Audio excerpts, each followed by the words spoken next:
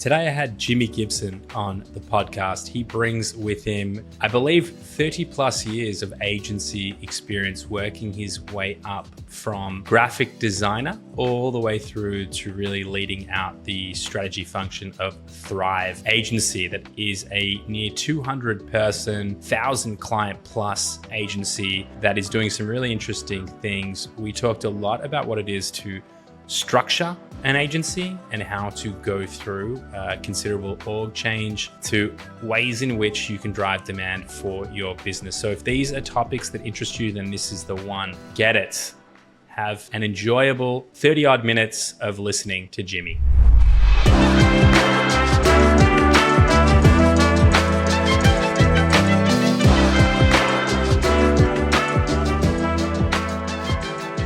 All right, welcome to another episode of Successful Scales. We are right around the 100 episode mark, which is really, really exciting. I'm fortunate today to be sat down with Jimi Gibson, who is going to tell you a bit about himself. But before we hit record, we've been going back and forth, and he's got a super interesting career. And I'm always partial to people who are still living that agency life and doing meaningful things. So without further ado, Jimi, please tell the audience who you are, and we can dive in. Great. Well, I'm excited, Yanni. Thanks for having me. So Thrive Agency has been around for about 20 years. Actually, we celebrate our 20th anniversary in October, which is kind of a crazy unicorn in the digital marketing space. Most of my career has been in the agency world. I studied creative advertising and graphic design in college and started working at agencies right out of school. And actually started as a graphic designer and always was asking the owners of the agencies, like, why are we doing this? Well, what's the point of all this? They were like, well, why don't you go ask the client? And so I guess that inquisitive nature just caused me to always want to be pushing and making sure we were stewarding the client's money the way that we needed to and getting them the results. I was the creative director of an agency that was a Omnicom agency, which is basically a holding company for agencies, and ended up having the opportunity to not only be the creative director, but run that agency. And I guess the agency life, some people love it, some people hate it. I always love the speed, the pace, the variety. Thrive, we have about 1,000 active clients. Most of them are in the U.S. We do work with some international companies. We don't specialize in any particular industry or vertical. Most of our bread and butter, as they say, is the mom and pop single owner, small business, but we do have quite a portfolio of enterprise, multi-location, franchise organizations. I love the culture that we have. We might get into a little bit of that. I think when you talk about scaling a business, you have to make sure that you have the right team on board. I remember going to an interview at one agency and they had showers in the creative department. And I stood there a minute and I'm like, showers in the creative department? What does that mean? Oh, that means I don't get to go home. So I think when you discourage overtime, you let people have a good life outside of the agency. Just from some of the toxic environments that I've been in, it's refreshing to be able to be in that type of environment. So yeah, happy to dig in on any of those points, Yanni. Awesome. Thanks, Jimi. I feel like you don't do yourself enough justice in just how a broad stroke and some of the exciting things that we chatted about before. But thankfully, I took down some notes and I'm going to inject them into the conversation. You are effectively right now at an agency, like you said, 1,000 clients and circa 170 plus team members. You're sort of playing in a range now where you're not a small agency. You're obviously not Omnicom, which is just, 3M. There's a handful of these conglomerates that make up probably 70 to 80% of all of the digital agencies. And then you have sort of all the challenger brands, if you will.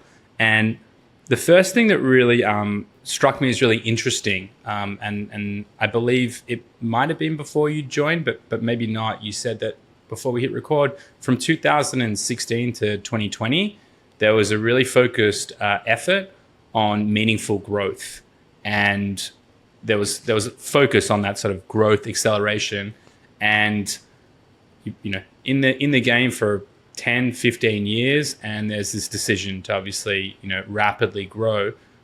A lot of companies struggle with growth. It's all well and good to have, whether it's agency capabilities or a staffing solution like we have, or whatever it is, the product or service that you're selling.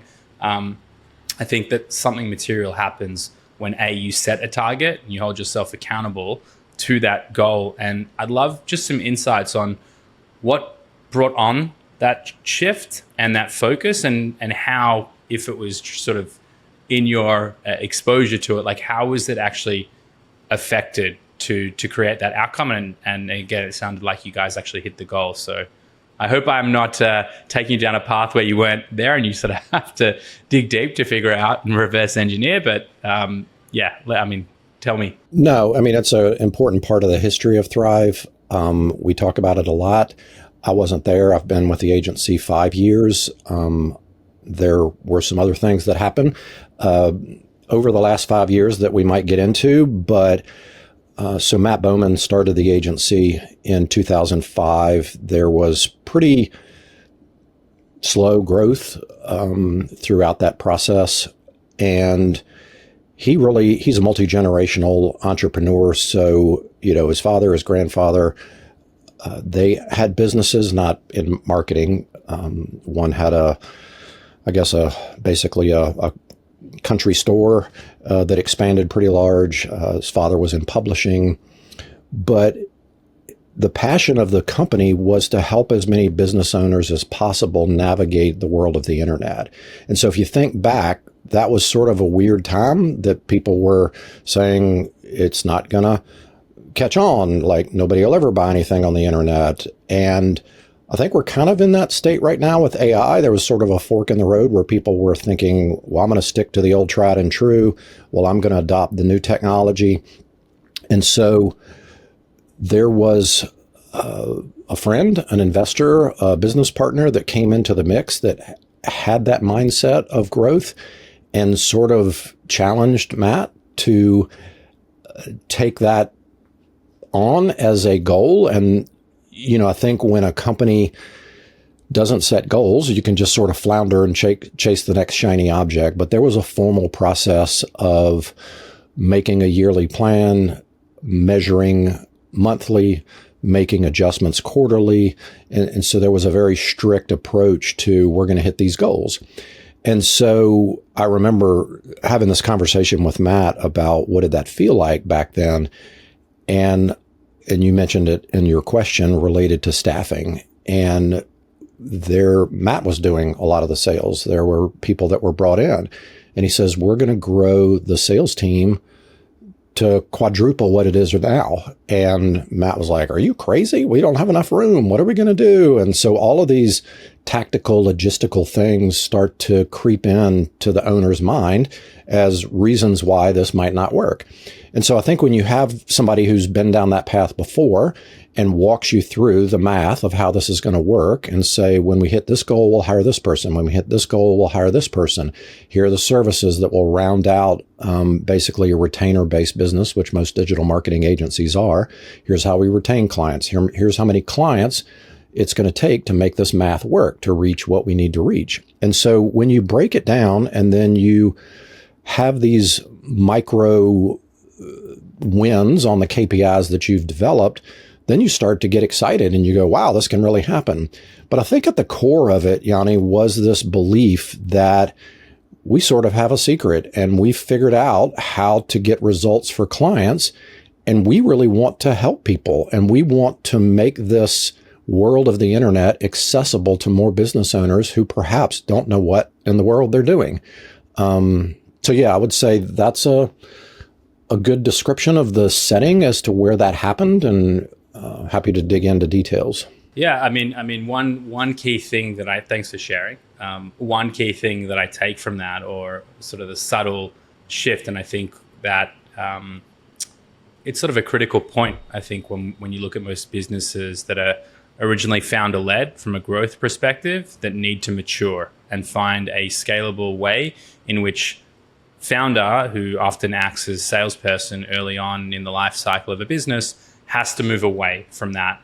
And so bringing on, quadrupling the size of the sales team effectively trying to create a systemized way in which you actually sell your solutions sounds to be like one of the critical decisions, which is obviously very scary for founders and business owners. I think a lot of people have to get comfortable with the fact that, your sales team will probably at best capture 70, 80% of what you as a, founder-led sales style business will be able to do. But it's about how do you then do, I guess, what thankfully Thrive can do as a business, and that is generate digital opportunities for the business to then actually bring it into the sales team and qualify those leads and actually convert them at a much more rapid clip. So I think that's a fundamental lesson, or a fundamental sort of decision that founders need to make at that moment in time where the business is big enough or requires that shift, and it's a really hard one to let go. One more thing that I wanted to add, which I think is important maybe for the listeners to understand, is there were some non-negotiables and fences that were set up related to the expansion. And, when you think about a sales team, you think about a variety of techniques that you could use to get those leads. And many organizations have an outbound approach. And so that involves cold calling, that involves going out to various events. The decision was made that we wanted to rely on inbound leads. And so what does that mean? That means that we weren't going to be investing in advertising. We were going to be really taking advantage of the opportunity for organic growth, which is what our clients wanted. And so we actually expanded our demand gen team. In fact, the person who leads that team now, it was the first employee. He's still here. And so we've spent 20 years basically researching what it takes to drive inbound leads. And if we look at a model on what we would want to do for our clients, it's because we look in the mirror and we've done it for ourselves. And I think that is a differentiator that was a great decision. And we have enjoyed the benefit of not only organic inbound leads, but also being able to speak specifically to that when we are in a sales conversation. I could be in an area of the country. We were founded in Arlington, Texas. That's where our headquarters is. I can walk out onto a stage in Raleigh, North Carolina, and people are traveling from all over the country. And I can say, take your phone out. I want you to search for digital marketing agency or SEO agency. And wherever you traveled from, whatever city it is, Charlotte, North Carolina, Orlando, Florida, go ahead and search. If we don't show up in the top 5, come here and see me. I've never had anybody come up and talk to me afterwards, unless it's some really, remote area. And I say, okay, well, give me the benefit of the doubt. What's the nearest relatively large city next to you? And that's an impressive thing. And I think that was imperative to our growth and our ability to scale because we practiced what we preached. Yeah, I mean, I'd love to dig into this point and go a few layers deeper because it does piggyback beautifully onto that idea of how do you move away from founder-led growth. Building out its sales team requires the inbound or outbound traffic in order to actually justify the investment and closing of the deals. Just for those listening, obviously marketing as a function in a business has evolved. There's a lot of terms that have now encapsulated under marketing. There's a whole growth function that people talk about that is separate to marketing, and there's lead gen versus demand gen that you indicated. So I'd love you just to help the audience understand when you say that you guys have doubled down and focused on demand gen. What are the types of solutions or capabilities that exist, and what are the benefits of that? Yeah. So I think, if we can just take it down to the basic structure of the word, demand gen is how can we create a desire or demand for our services, right? And so we recognized, I think, I mentioned that Matt started the agency as a web development company, but the client was then going, great, we got this website, but nobody's visiting. What do we do? And so SEO was a component of marketing. And demand gen can encompass all of the tools that we have: PPC, paid social, organic social, email marketing, all of those things. We believed and still believe that content is a differentiator because the footprint of your website, the backlinks to the website, and I know there's some shifts now as we get into AI mode and these large language models.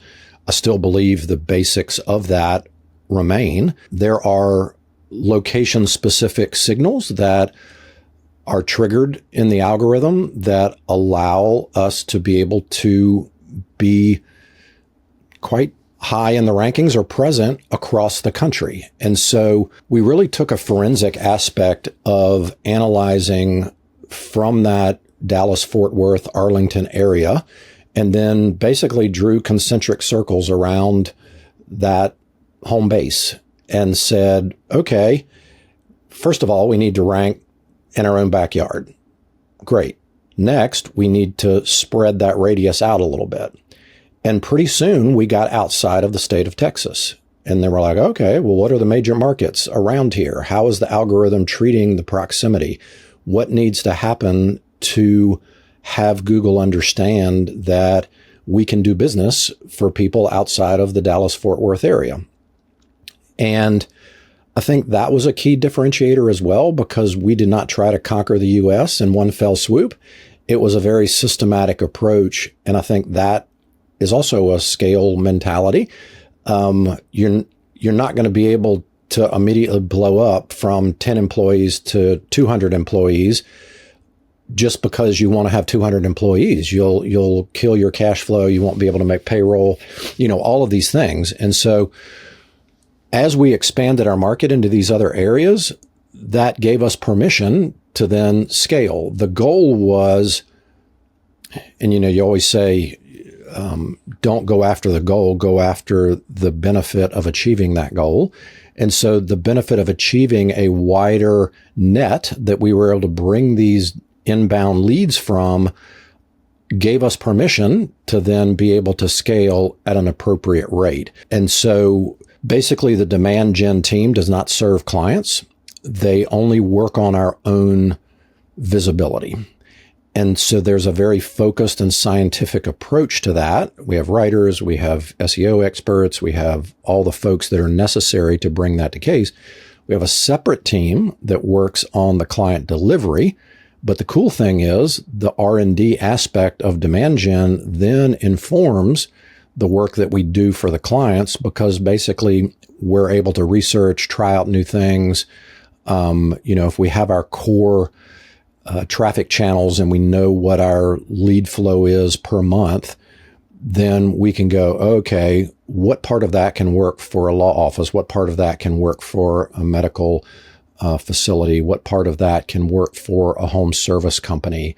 How hyper local can we be with our own work so that if a plumber is trying to get business in a 30-mile radius, because we started at our own location and we branched out in these concentric circles, that gives us the ability to know what to do. So I don't know if I went off on a tangent there and that answered specifically what you were asking for. So if I didn't hit the nail on the head, come back with some more clarity for me. Yeah, I actually probably failed to mention, but I still head up our marketing growth function internally. So I have a team of 10 that sit under me, from SEO specialists to content writers, Webflow developer, HubSpot engineer, email marketing, like the works. Essentially, I've built my own little agency. Like I said to you at the start, recovering agency guy here. I don't know that I'll ever find my way out of it, for better or for worse. But it's just, I think you hit on some really good points before all of this. It's just so dynamic as a space. I think there's very few functions in a business, and specifically in agency land, where you can touch on so many moving parts to create a holistic approach to how you understand and assess performance, feed that in and get that data input, be able to cultivate that into a structured inbound flow, assess which one is working best, and based on their, how they're actually discovering you, send them on a specific journey and look to take them from marketing qualified to sales qualified through that that journey.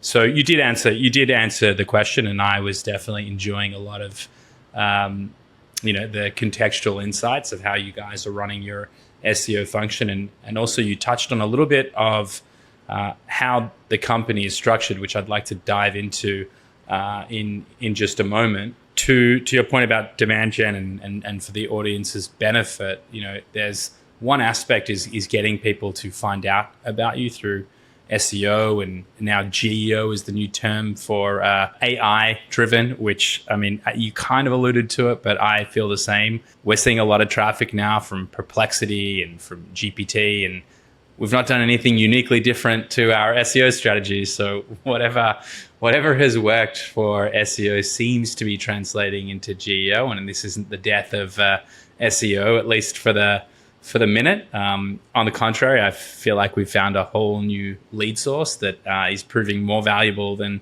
traditional SEO, which is pretty cool. We could probably have a whole episode on that in and of itself. But oh yeah, I want to change gears a minute here.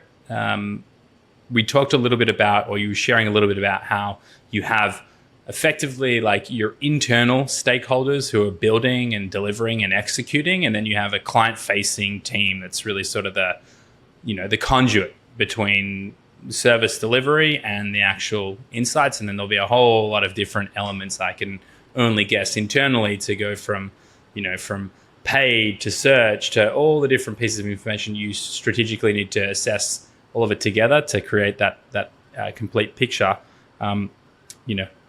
We chatted before we hit record, and you were talking about the fact that 2 years ago you went through quite a intentional and large shift in how you were operating as an organization. I'd love you just to talk through that process, that journey, and that decision. And I'll preface it with, I have this conversation a lot with people, so much so that we have an ebook on our website to address specifically what roles make sense to hire in the Philippines in a agency.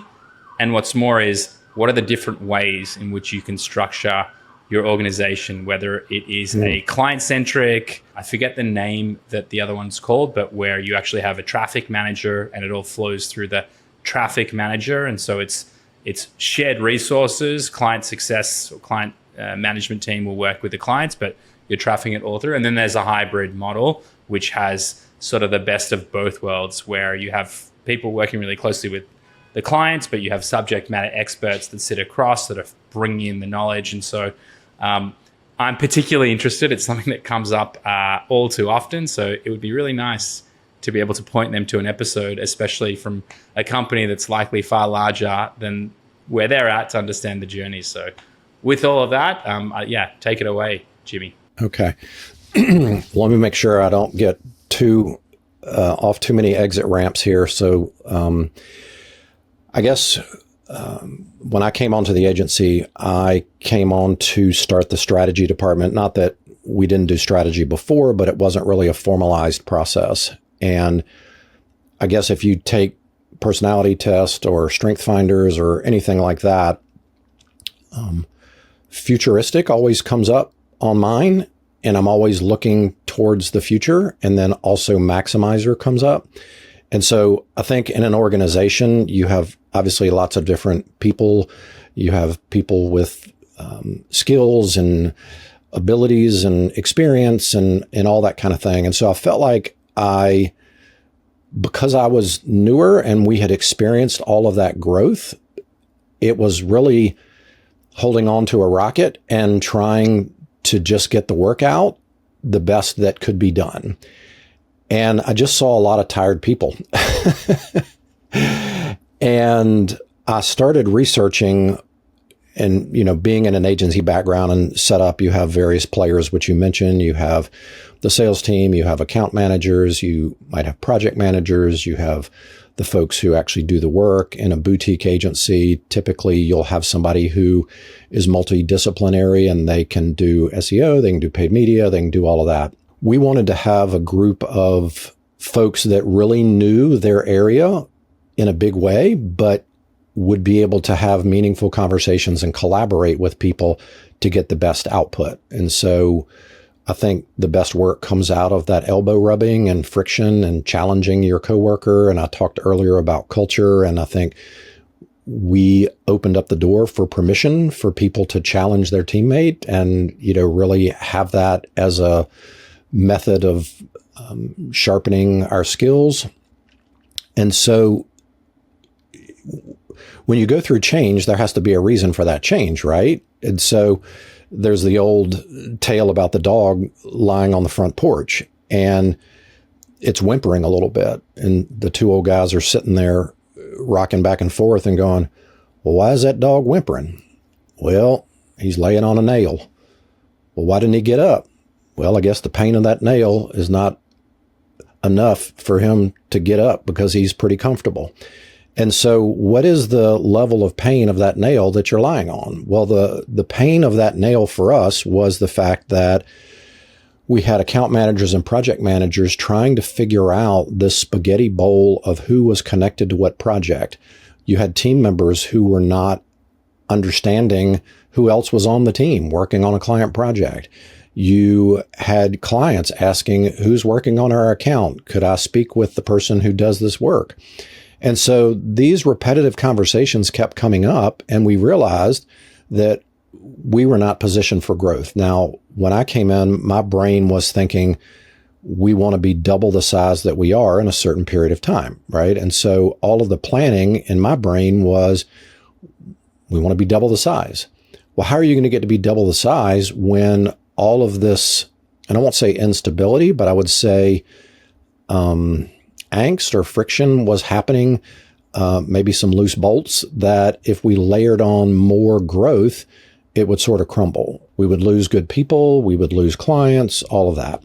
And so in researching various organizational structures, I came across one that folks can look up. It's called the matrix organizational structure, where it's different than a hierarchical matrix structure. Hierarchical is basically top down, looks like, a typical organizational chart. You have the person at the top, then you have the next layer and the next layer and the next layer. Well, the more layers you have, I would say the more dysfunctional, especially when it gets to be a large organization. And so when you have a organization that has many different locations, typically it's organized by location, and they might report to a regional director. Well, we didn't have that. We had folks that were basically required to do the work and be part of this huge team. And so we made the decision to split the company into 4 teams. And effectively what we were doing was creating 4 boutique agencies, getting the best of a boutique agency approach in a larger organization. Well, obviously the best time to do that is when you start, not 18 years later. But we said, well, if we're going to grow and for the benefit of all the things that I just mentioned, we need to do this. And so there was a lot of planning. I would say 8 to 10 months of planning until we were ready to bring it to the rest of the company.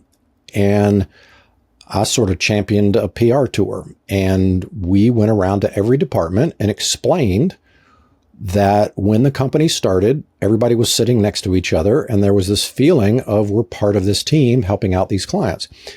And did anybody else out there feel like that we had gotten away from that, even if you just joined? Or are you feeling a little disconnected from the rest of your team and your client? And so pretty much everybody agreed that was the case. And so conceptually, everybody understood. Of course, there were a million questions. And we also admitted the fact that this is not going to be easy, and there are going to be things that feel painful. And we would like to invite you to give us feedback about what is painful, what is not working, and what have we missed along the way. And so we opened the door for a feedback channel. We had a specific process where you would provide that feedback.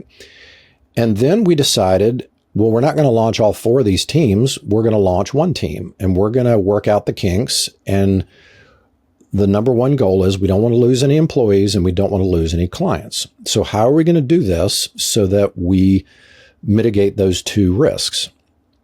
We started in March. We decided we would launch on March 1st and we would see how it went. But our goal was to run that group We called it basically a league. We had lots of sports analogies throughout the process because we wanted that team mentality. So we had a whole language around. We actually had a glossary that we sent out, and when somebody refers to this, and so there was a common language that we wanted people to adopt so they understood and they could get it straight in their head. When you work with a bunch of smart people, they got to have something to grab onto. So we wanted to create that structure and that language. And we thought we would be ready to launch the other 3 leagues at the end of July. Well, what ended up happening was that first league loved it so much, they became evangelists for the process. They would talk about how wonderful it was and why didn't we do this sooner? And on company meetings, we would have representatives talk to the rest of the company. We did another PR tour of that league and various stakeholders in that league that went around and talked to the rest. And so what ended up happening was the rest of the company was like, when can we launch? When can we launch? And then we were like, well, it's going to be messy. You're going to go through some pain. Here's what we've learned.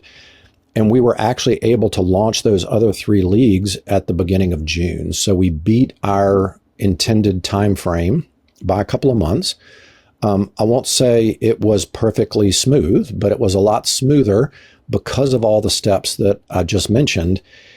And so now, it's functioning like the way we want it to function. And everybody has this common language. And maybe I'll stop there and you can dig in. But I tried to explain it as clearly as possible. There were a lot of moving parts. It ended up being kind of fun. It challenged us to think beyond sort of the rut that I think we had gotten ourselves into. And it was a good story that we can tell at this point. Yeah, no, that's super insightful, Jimmy, and a lot to unpack.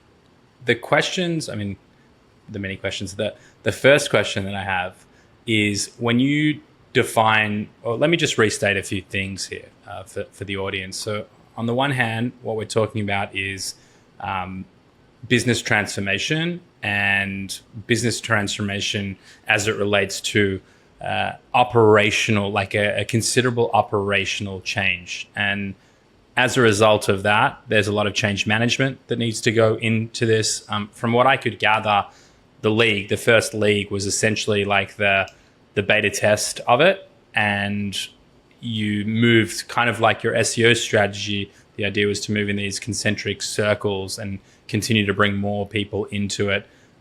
It sort of caught like wildfire in the best possible way here, and everyone wanted to get on board earlier. Just looking at the functional setup and some of the decisions around the change, and this is for anyone who's going through some of these, growing pains. And I think a lot of what you've shared with your shift in business operation has applications to how we're operating as a slightly just under 100-person company now. Is that what you often find is that you used to have this degree of fluidity and ability to just launch and go down a path, but now there's so many stakeholders involved in critical decisions that a lot of these things tend to get labored. And so I guess the first sort of response from a question perspective I have for you is, what was the major driver behind the decision, and were they lead or lag measures that resulted in you guys making the decisions to make that change? For anyone listening, when is the right time to reassess and reorg is really what I'm trying to understand. And what information were you tracking to initiate an understanding of there might be a better way? Yeah, I think it's probably 3. Typically, they tend to be lag measures because that's where you start to look at data. I would say a couple of those were, and we've always had great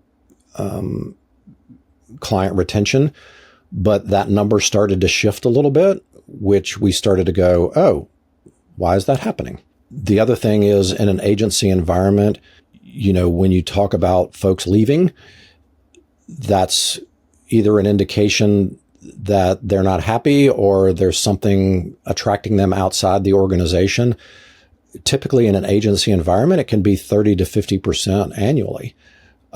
We float around voluntary tenure at about 5%. And so we're like, okay, well, we don't want that to change. And so we keep an eye on that. I think the biggest thing was, and I mentioned it before, that we have a culture where folks feel like, not that they can complain, but they can have constructive criticism. All of our managers are trained that if somebody comes to them with a problem, then their immediate response is, well, what would you do about it? And so we had the client experience team, which are basically the account managers, being very frustrated because they could not figure out who was working on what job. And we're like, okay, that's bad. They're not able to do their job. We have a culture where we discourage overtime. We saw that people were putting in more hours. It was affecting their home life. So all of these softer things started to bubble up. And then compared to the fact that I mentioned we wanted to double in size, it was preventing us from being able to onboard new clients because our capacity, and it took longer to do things, right? And so our efficiency numbers went down. And so I would say when you mix all that up in a bowl of soup, it didn't taste too good. And again, how much pain are you willing to put up with? You can just sit there and go, well, I don't care. That's what you signed up for. Go do your job. I don't care what it takes. Or you can listen and go, well, what kind of company do we want to be? Who is this hurting the most? And we believed it was hurting the clients. We believed we were not able to do the best work for them. We believe we were taking people through too many steps. And because at our core, we wanted to be able to help more businesses, we weren't able to grow because of all of these things.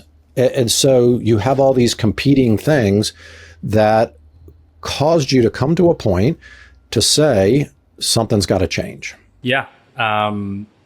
Very, very clear. Very clear. I mean, having your client's best interest at heart while overlaying that with your internal team member and the required ways in which you need to show up, particularly in a space like agency land, where the average tenure, at least while I was like very heavily in the game, was about 18 months. So you threw out 5 years and how you approach it.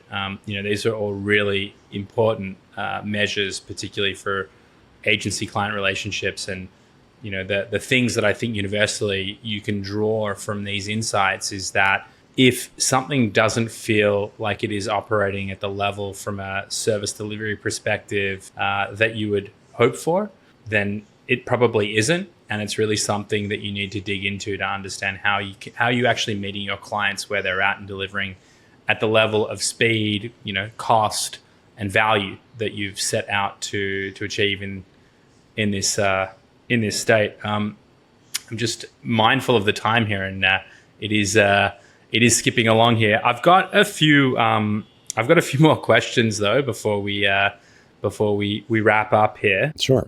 There is obviously a considerable shift going on right now as it relates to SEO.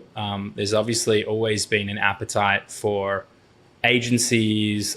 There's perpetual shifts that exist in, from Facebook or Meta, as the kids call it these days, and what paid media looks like and its effectivity, and the wars between iOS and Facebook and not wanting to let each other in. You can't track someone's data across platform and all of these things. And I'm sort of 10 years out of agency, running, being a part of an agency. And I've seen a big rise. Actually, one of our major ICPs are agencies because we staff so many of the roles that are high value delivery to agencies. And I'm just curious from your lens, you're working at a mid-sized agency. There's a lot of shift. What are some of the key markers or things that you're seeing with all of this new technology and the shifts in paid media and the value? Like, what are the things that I guess people listening in should be mindful of either potentially easy wins for them or things that would make sense for their business, whether they work with Thrive or not? Like, what are the things that they should be paying attention to, and what are the buzzwords? What are the things that, AI, but like, what are the things that people should also be equally avoiding? Well, I said I was typically future paced. I'm not a futurist, so I don't have the crystal ball, but I can tell you some things that we're seeing that we're excited about. It's kind of weird, and I hate to age myself, but when I started out, some of the behaviors that were the way that you got attention to your brand are now coming back around. So they say fashion always repeats itself. I think core principles repeat themselves. And in this world of AI, I think brands have gotten used to the easy button and they're putting out garbage content. And so I know recently TikTok and Instagram have announced that content on those platforms are showing up in organic searches. They're also being cataloged by LLMs. Brand mentions are more important than ever. And I would say that's an old PR term, like you used to send out press releases to get a mention in some publication. I would say the world of backlinks has changed. You really want to continue to have those, but you don't want them on sites that are irrelevant to your core business or contextually are wrong for the business. And so that goes back to the white hat versus black hat, right? And so if you've been doing those things, great, continue to do those things and understand that these large language models are looking for a larger contextual footprint to your brand. And that first search doesn't always return the group. It actually fans out into multiple branches of a tree. And they're checking to see, is this brand showing up in all of these places? And so we've seen, I would say organic social has been a struggle. It's usually the first thing that people cut as a service. And we're seeing that increase now because it is a platform where those brand mentions and things can happen. I would say customer reviews are also extremely important. That's a huge thing for these large language models to understand what the sentiment is of the organization. And the other thing that we're seeing, and this goes into the acronym that Google uses to qualify the reliability, and I would say other large language models as well, is the EEAT or EAT, which is experience, expertise, authority, and trustworthiness, right? And so when you start spitting out this garbage content that does not feature a subject matter expert, whether they be a department head, whether it be the founder, the owner, whomever, somebody on the team, and there is content that is basically paper thin, you're going to lose. Like, it's just flat out. So I think the opportunity for organizations to feature their expertise is more prevalent than ever. Personal branding for founders and owners and executives is so much more important now. And so I think those are things that folks can lean in on. Yeah. I don't know if that gave enough nuggets, but those are the things that we're seeing. It gave some great nuggets, and definitely the trends and things that I also believe to be true. I think the simple fact is, on two of the great insights you gave there is one, it's not brands selling to brands, it's people selling to people. And so being able to humanize it and having your key people actually, you getting on a podcast like this, having a conversation and people connecting with you, in a meaningful way is different to Thrive Agency and Go to Thrive, so I definitely align with that. And the subsequent content that will come out of this session, creates that value and that humanity behind the brand, and also do real work essentially on the SEO or GEO front.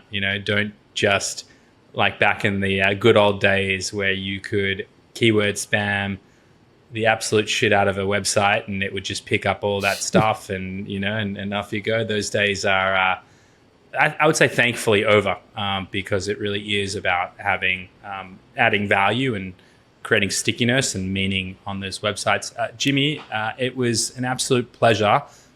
I'm going to drop all the links, obviously, in the show notes, but should someone want to get in contact with you, who would be appropriate to work with as Thrive as an agency? Who should be reaching out if they're to listen to this? Yeah, well, I'm pretty active on LinkedIn. I post every day some sort of tip or something that would be helpful. Happy to take a DM from somebody, follow me, and then I can point you in a direction. thriveagency.com is the website, and we've got lots of resources that are free. I do a article every month that is accompanied by about a 20-minute video on education about the whole space. And obviously there's lead forms on there if somebody wants to fill those out, but if they want that personal connection, I'm happy to handhold anybody or be a second opinion. If somebody's trying to investigate what route they should go, would be happy to help anybody.